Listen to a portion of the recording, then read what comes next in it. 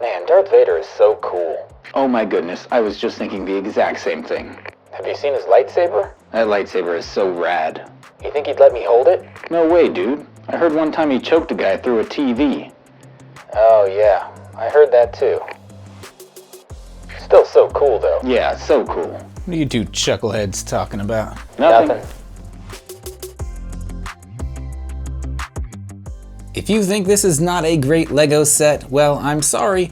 I disagree with you. I think this set is fantastic, and also, I'm not that sorry. Today we're talking about the Darth Vader Helmet set. This set just came out at the end of April in 2021. It costs $70 and it is another 18 plus set. And in my personal opinion, this is the best of all of the LEGO Star Wars helmets that we have gotten so far. This set looks excellent, it displays excellently, and I think some of the build techniques used to put this helmet together are some of the best that I have ever built in my entire building career, and I have built a lot of LEGO sets. But I will tell you all about why I think this set is so great, and we'll even try to look at this set from the perspective of some of those who don't think this set may be so great, though I disagree with those people. We'll do all of that right after we build this excellent set.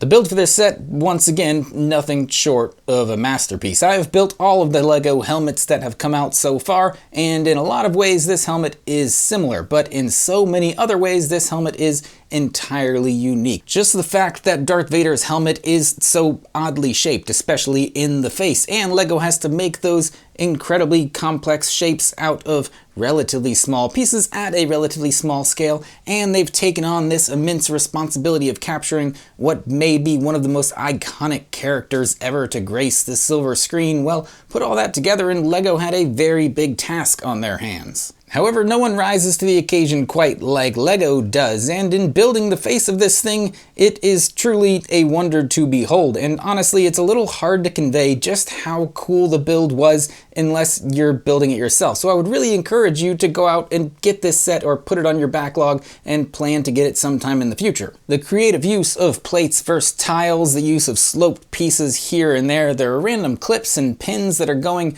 every which direction while you're building the thing and you don't really know why or where they're going and where they're going and why they're going, but in the end you end up clipping on something and you're like, oh, that was the eyepiece, that was an eyebrow or a Vader's cheek. I've never assembled Darth Vader's cheek before. It's like trying to assemble a complex puzzle where nothing makes sense until everything makes sense, and that is only really revealed when the final product of this build comes together, and in my opinion, the entire thing is truly amazing looking. And honestly, I wish I could take the whole thing apart so that I could build it all over again. One thing we can all agree on around here is that Darth Vader is cool. His lightsaber is cool, his suit is cool, and his helmet is definitely cool. And make no mistake, if I had the budget or the space for it, well, one of these bozos you see standing behind me would be dressed in a Darth Vader suit rather than a Stormtrooper suit. Hey! I'm trying to think of new and unique ways to say that I think LEGO did an incredible job in the design and construction of this helmet. Darth Vader's helmet is as complex as it is recognizable, and honestly, if someone from LEGO came to me and were like, hey, we want to design a Darth Vader helmet, I'd be like, good luck, guys, because that is a very tough design to make, and you've got a lot of very dedicated fans that you've got to please. We'll talk about those more nitpicky fans in a minute, but personally, as for myself as a fan, LEGO has pleased me very much with this one.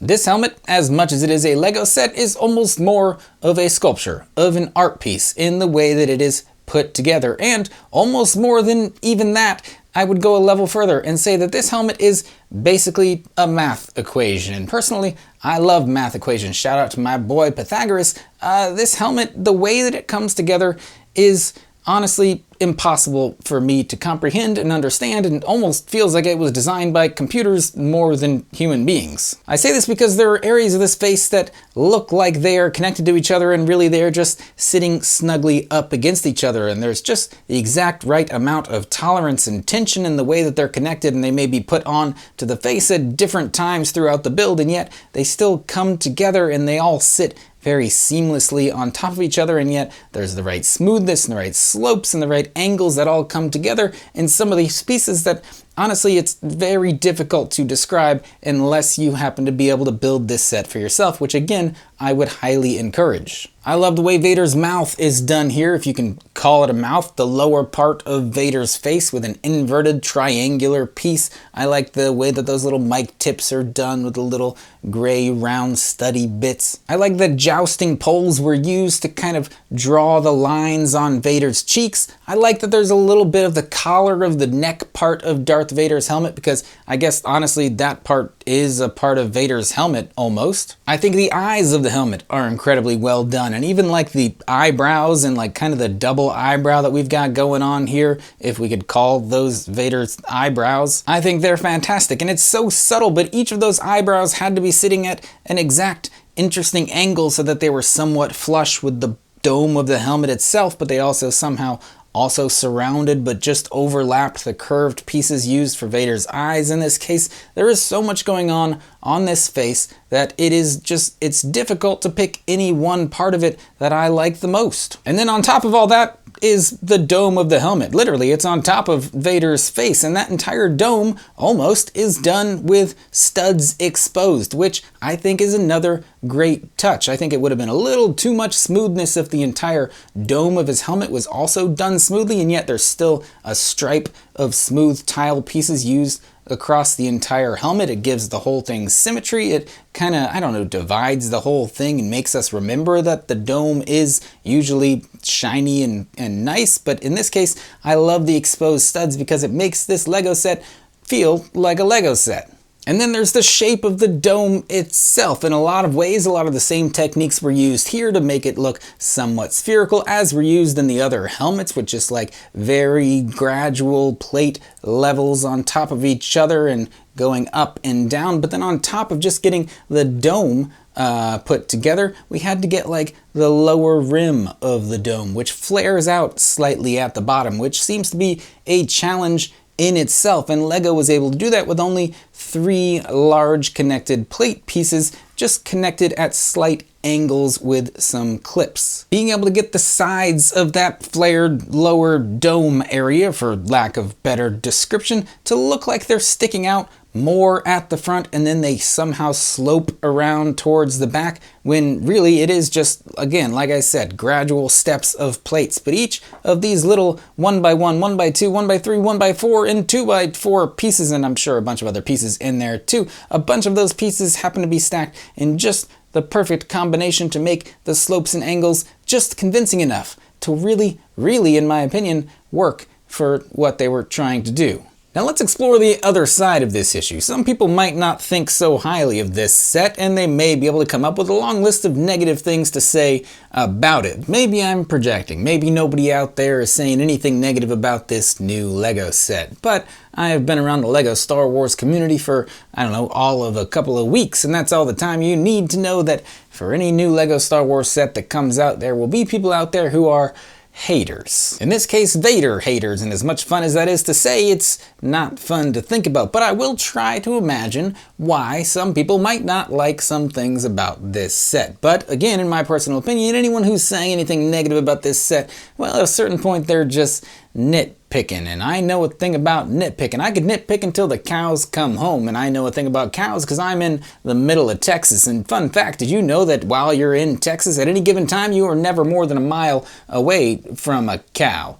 Look it up. Some people might not like the price of this set. They might not think it's worth $70. They might not think this set is worth, what, $10 more than the other Star Wars helmets that have been released. I would argue against that. This is more pieces than the rest of those, but I don't like to talk price per piece counts around here. To you who think it may be too expensive, I don't think you're LEGO's target audience for this set. I would not buy a $70 Darth Vader set for my 4-year-old. Not saying that you are a 4-year-old, but if you are, go to bed. It's way past your bedtime. This set probably doesn't really appeal to a younger audience, and for a $70 set, they'd probably want some big play set with a bunch of minifigures, a bunch of vehicles, and all that, and I'm not blaming anybody for that. No one is wrong for having personal opinions and tastes about what they want to get for the money that they're spending. Now, those who are nitpicking about the actual design of this helmet itself, well, those are they with whom I disagree the most. They could say the facial angles are wrong, or there are pieces in the wrong place, or too many studs are exposed, or too many weird bracketed pieces are used when they should be smooth or should be rough here and there, and all of that, I think, is bad criticism. Because like I said earlier, this set is more of an art piece than a Lego set. It is a Lego-fied sculpture, and Lego busted out all of the possible techniques that they could to put this thing together, and to people criticizing that, I don't know, it's like walking into a museum and criticizing a sculpture by someone else, which I guess an art critic is like an actual person's job, but I'd be willing to bet us angry Lego Star Wars fans on YouTube aren't art critics. But in this case, criticizing this Lego set feels more like criticizing a mock builder's custom creation than it does criticizing, I don't know, the multi-million-dollar Lego corporation for their decision-making or whatever. I can understand people being like, oh, the Bad Batch is the wrong colors, or we want minifigures in our free gifts with purchases, but criticizing the overall design of this helmet is kind of a weird thing to do. It just feels like a more personal criticism, not against me, but against the person or many people who put this whole set together. I mean, I put this set together, but who designed this set?